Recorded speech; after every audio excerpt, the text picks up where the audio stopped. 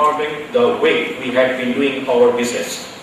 Fortunately, the Maharatna Declaration in July 1997 opened up series of opportunities for well-performing public enterprises like ONGC and the 10 others.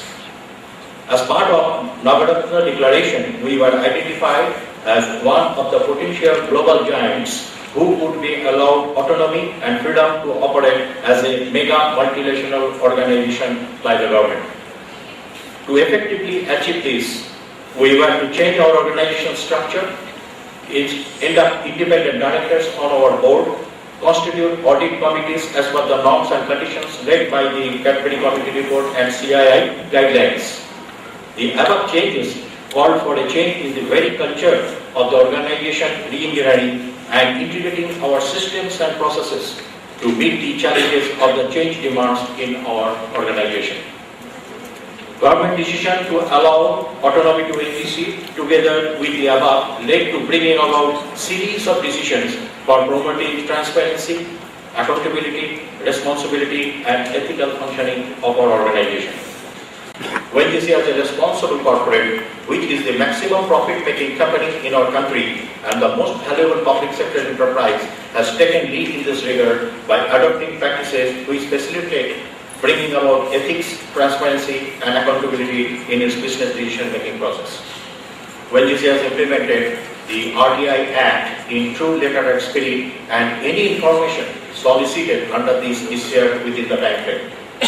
To further propagate the spirit, the message within our country, ONGC has introduced the RTI Awards in partnership with NDTV.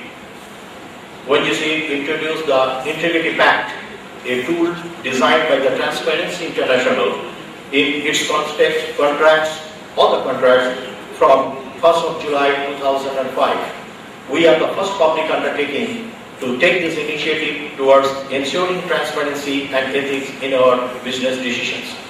The primary objective of this initiative are to enable the companies to abstain from bribing, to enable governments to reduce the high cost and the distortion on impact of corruption, including extortion, by their officials and to follow transparent procedures, and number 3, establish mutual contractual rights and obligations. Further, introduction of equal procurement and reverse auction in ONGC has resulted in absolute fair dealing in ONGC's high-value tender processes. Regular meetings are held with vendors and investors every year as confidence-building measure and to understand their perspective in relation to ONGC's procedures and practices. Most of the issues are addressed during the meet itself, and others are included in the action taken report.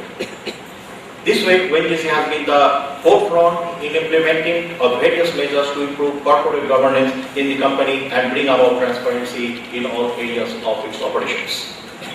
Carrying this tradition forward, last year, on 30th November, ONGC was the first public sector enterprise to introduce whistleblower policy for implementation in ONGC. This policy is formulated to provide an opportunity to employees to raise concerns and to assess in good faith the audit and ethics committee in case they observe unethical and improper practices or any other wrongful conduct of the company. This policy also provides necessary safeguards for protection of these employees from reprisal or victimization and to prohibit managerial personnel from taking any adverse impact on this person involved.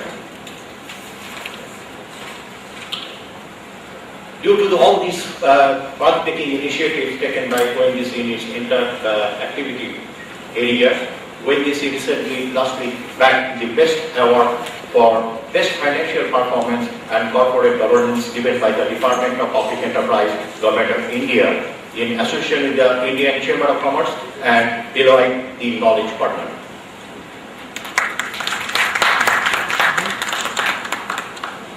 Keeping in principles with the corporate governance, ONGC is well aware of its responsibilities towards the shareholders and the Indian society at large.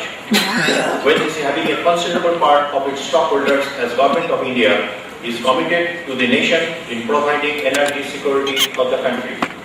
The organization also releases its duty towards the people of the country by consistently working to improve the living standards by way of encouraging research and development in different walks of life. YGC has established several chairs in different universities in this country in its endeavor to promote innovative thinking by the intelligentsia and helping several institutions and universities of this country through financial assistance in developing of their infrastructure facilities. Subira Chair established at the Institute of Public Enterprise of Hyderabad for pursuing research in the field of corporate governance is one such chair, and we take pride of that. In fact, this is the 11th YGC chair in our country.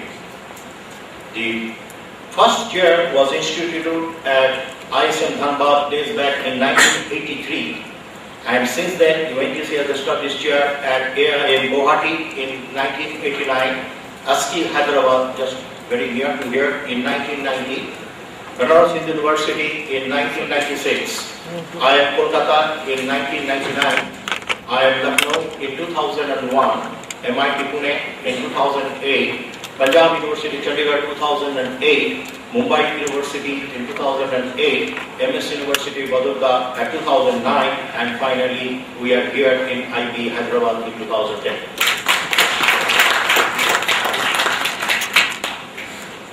The total endowment amount in all these 11 chairs amounts to 6.16 crores. And Subira chair has been established with an endowment of 90 lakhs rupees, 9 million rupees. YGC hopes the Institute of Public Enterprises will utilize this endowment amount in pursuing research in the field of corporate governance, which would not just benefit the academia, but also help YGC in adopting further the best corporate governance practices in the organization level in times to come. This is the only beginning. We look forward to work together to generate synergy between our two organizations.